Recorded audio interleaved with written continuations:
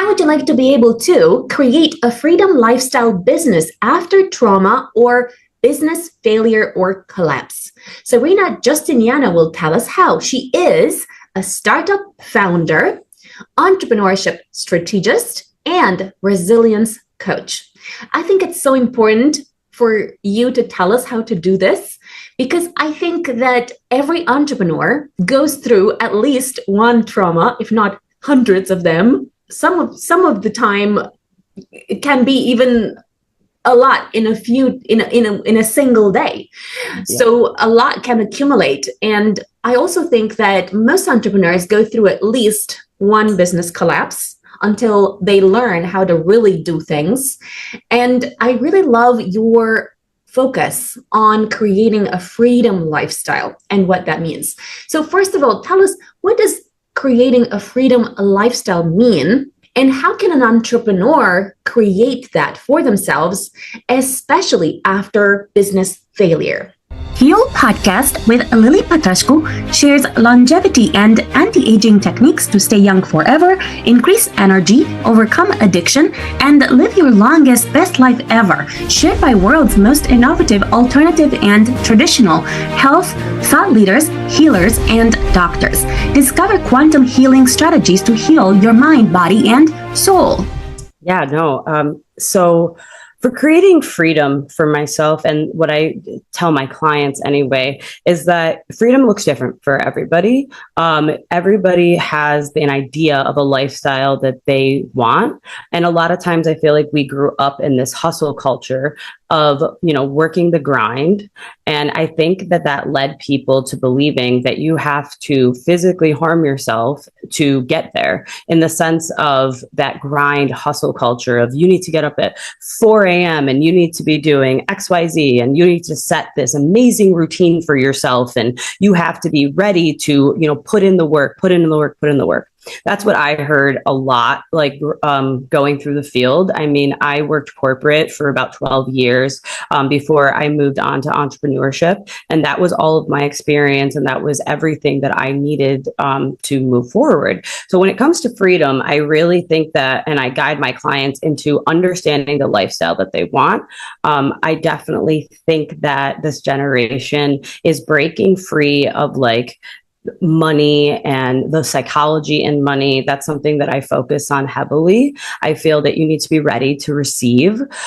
So I like to talk a lot with my clients about how this freedom works. Like, if you like a simple lifestyle, then that's what you're angling for. And how can your business provide that for you? Thank you. So tell us, how can someone figure out what their desired dream lifestyle could look like, so that they are not trapped in this idea of, I have to be part of the 5 a.m. club, or I have to do certain things in order to fit in and in order to have a really successful business. Because I think that sometimes when you are trying to fit what you want according to other people's molds, you could end up with the wrong result and feel perhaps trapped. Even if you were to create a 7, 8, 9-figure business that is bringing the kind of income that you desire, maybe you're away from your children most of the day, so you don't get to see them. Maybe you are waking up at 4 and you don't really get to have a lion in bed, or to have, proper quality, intimate time with your partner. So how can someone discover what's the right fit of a dream freedom lifestyle for them? So I personally, for everybody, I use my nervous system. Okay. So there's a lot that happens in our life that we're scared about, and you have to trust yourself in what you want. So when your alarm goes off at 5 a.m. and you're like, oh, I don't want to get up, there's a why you don't want to get up. So you have to kind of sit there and reflect in yourself of what is this inner, pain that I'm feeling, and why don't I like it? I mean, I used to have friends that would send me messages every day of is this day over? And I knew that that's not how I wanted to live. And a lot of when I was working the 9 to 5 life, well, I mainly worked in clinical healthcare. So I worked with a lot of people that were giving so much and none of them were giving back to themselves, and you get burnt out. So to create that lifestyle for yourself, I say you need to trust your nervous system. So what I usually tell my clients are, if you get this tightness in your chest or you have this feeling of, I don't want to do something, you need to figure out why you don't want to do it. Do you not want to do it out of fear? Or do you not want to do it genuinely because you don't want to do it? I like to live under a lot of principles. One of my mentors that I follow, his name is Naval Reykjavik. He is like a business guru, but he created a freedom life for himself. So one principle that he follows that I loved was that he doesn't set an alarm clock. He said, I never want an alarm to tell me when to get up and XYZ. I let my body control that. So I get up when my body's ready to get up. I go to sleep when my body is ready to go to sleep. It's one of those things where he doesn't force these routines just because other people tell you to. You know, everybody's body is different. So if you're on TikTok and Instagram and you're listening to all these influencers and they're telling you like, you have to do X, Y, and Z, that's when I always turn the channel, because I don't have to do anything. You know, you are in control of you. So you need to sit there and say, okay, how much money do I need? How much capital do I need in my life to give me this freedom? Because obviously we all have external factors in this life of just the world. You have bills to pay, you have children to take care of, animals to take care of, family that you love. You have responsibilities in this world. So you take those and then you take what you genuinely want, okay, in the sense of what causes me to be free. So for myself, I love projects. I'm an engineer and training, or I'm an engineer at baseline. That was my what my PhD is in, is biomedical engineering. So I always knew that I love a good problem to solve. So when I created the lifestyle for myself, I said to myself, what can I do to have the freedom to heal my past traumas? What can I do to then take everything I learned to help others? And that's how I created the lifestyle for myself. Because 12 years ago, if you would have asked me if I would have became a, business strategist or resilience coach, I would have been like, you're crazy. I thought I was going to be a medical doctor. That's where my journey was. I was going to be an MD. And that's my whole life shifted when I realized I don't want to give up my time for money. I don't want to hurt my own physical body and or my family because I'm working so much. I did that for the earlier stages in my life. And all that taught me was the hurt. It was living through productivity. My success was my productivity. And that's not a way to live, because for me, that caused so much external pressure on the inside, and that creates fear, and that creates your nervous system to be in fight or flight. So those are the things that I looked at when creating something new for myself. Thank you. How can someone overcome trauma and start finding that energy, the enthusiasm, the excitement to rebuild their business after a massive type of failure? It could even be that they have a 7, 8, 9-figure business, but they feel unhappy. So they feel like they personally failed, whether it's a failed marriage, or they have like a health scare, and all of a sudden everything seems to be put into a different light. So that very much happened to me. When I started my first business, I was very new in the field, and it was an idea that came to me, and I had a business partner, and I went to the people that I knew and I trusted at that time. And unfortunately, I learned very on that you can't be naive. You have to protect yourself first. Working with that company, they gave me permission to create a solution for them and us to partner. And then once it got up to the lawyers, this is a multi-billion-dollar corporation. Once it got up to lawyers, they basically sent me an email and were like, we don't know what you're talking about. We own this. And then they fired me. So they took everything that I built for them, let me use my own capital to start it, instead of partnering and doing an acquisition like we were originally discussing, they just took it. And then they fired me because they can. And so I looked at that and I never saw it as a failure. That was my number one thing. I was like, I'm not, just because it didn't work out this way, I'm in control of my thoughts and or my ideas. So I'm going to take this and still do it, but just do it in a different way, and I'll figure that out. So when that happened to me, it was during a time where I just found out that I needed to have 4 hip surgeries. I didn't know that the pain I was feeling was actually a serious medical issue. I just thought I was overworking myself, which I was, because I was working for this company that was a grind company that taught you how to hustle. So I was commuting and traveling hours a day, and I was working very tirelessly in an OR, being a biomedical engineer for this company while creating a solution for them. And given all that, like I said, it came to a close, and of course it hurt. And part of me had to grieve that. It had to grieve that. So now looking back at everything, I was very grateful for what happened. I was killing myself running that company. I was putting every ounce of everything I had into it, which you can't do because you're a human being. There is things that you need to continue to function, like eating, like sleeping, like seeing your friends and your family, like having a moment to rest. Those are all things that really, really are important to building. So for myself, I had to reflect back and I had to say, how can I take this downfall? Still let it hurt, but how can I make something of this?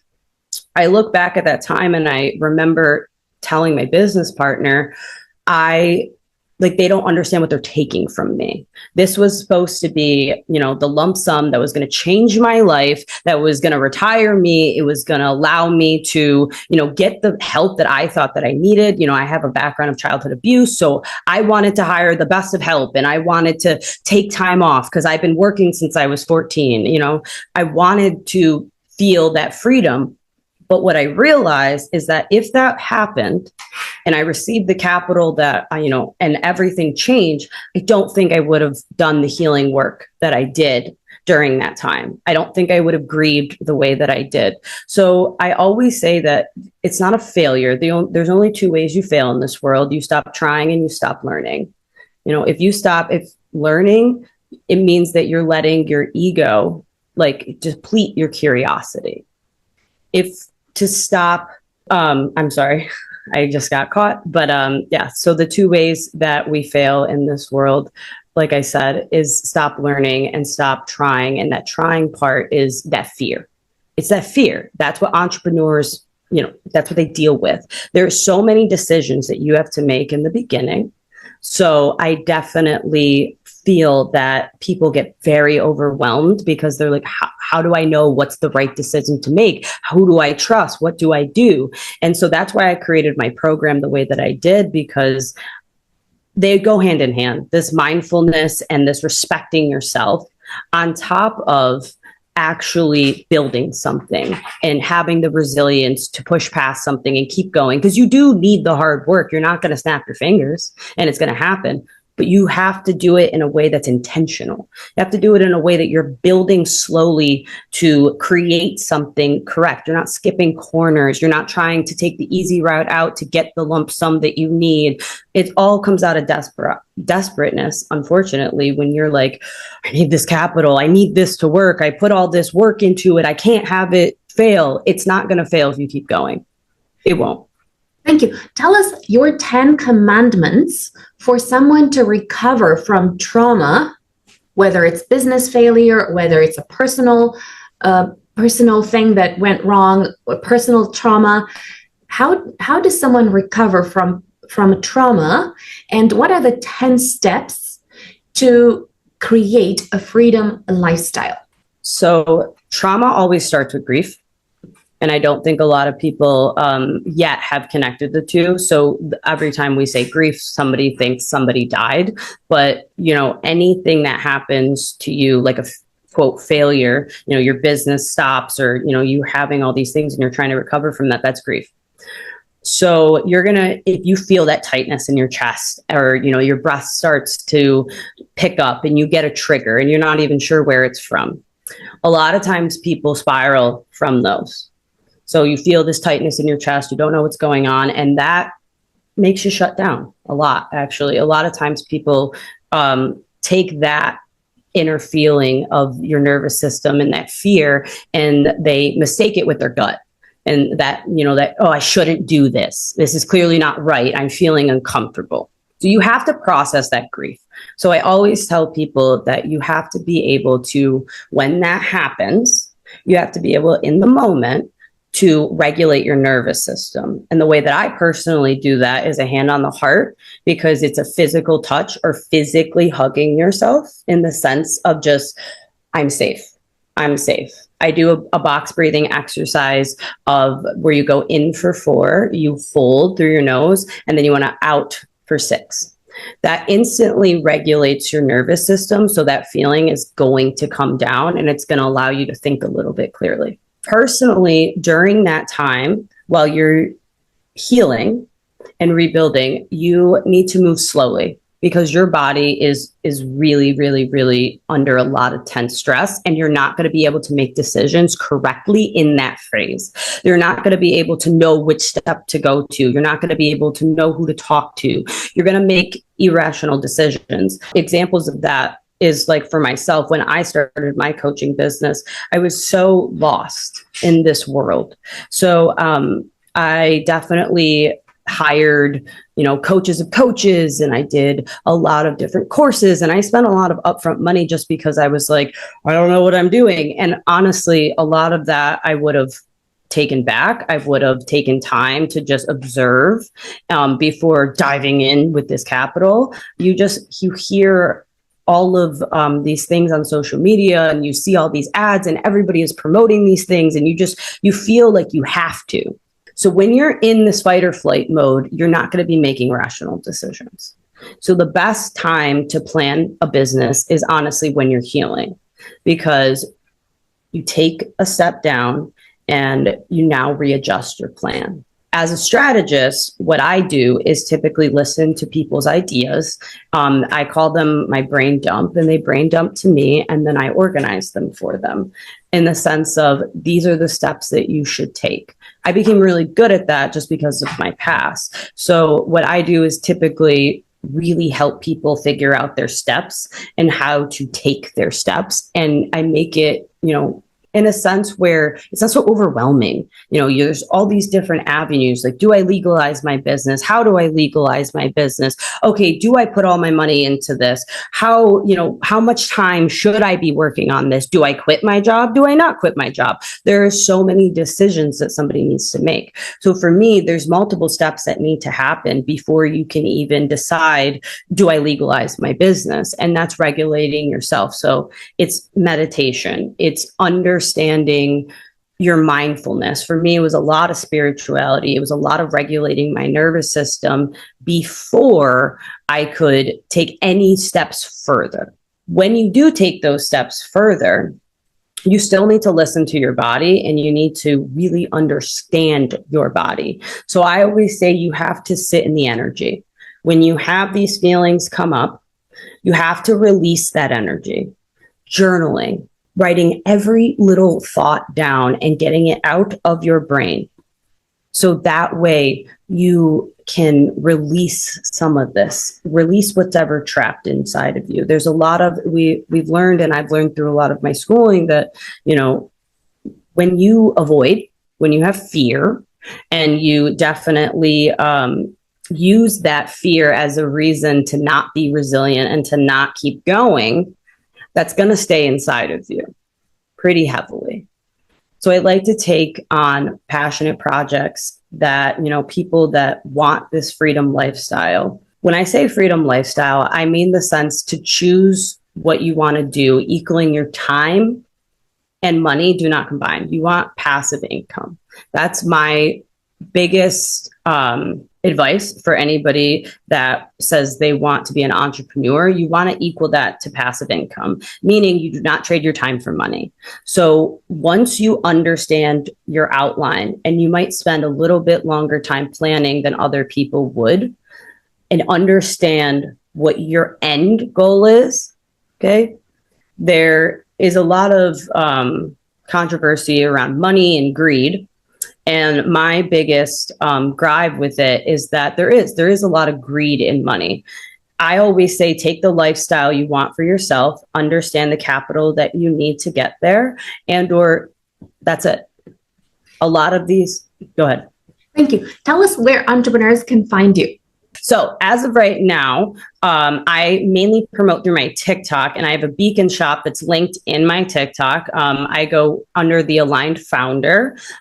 So through that, they would be able to book any of my packages where I work with people one-on-one. I use different strategy workbooks, so that way they guide themselves. And I also use a walkie-talkie technique where they're able to brain dump to their phone, which then comes to me. So that way I can help behind the scenes organize those thoughts. I'm also a digital course creator. Having a PhD has helped me in many, many ways be able to educate. I used to healthcare educate a lot. So I created a business course around the fundamentals of business and the mindfulness, how to take mindfulness and these fundamentals and put them together so that way you can be successful, that you're not pushing this grind culture and killing yourself. So that way, when you do receive the capital, you're just beat. Because I promise you, if you right now are broke and miserable, you'll just be rich and miserable. It's not about the money. The money helps stress, but it's about the inner you. Follow me for more interviews with world's most innovative health change makers to live your healthiest life ever.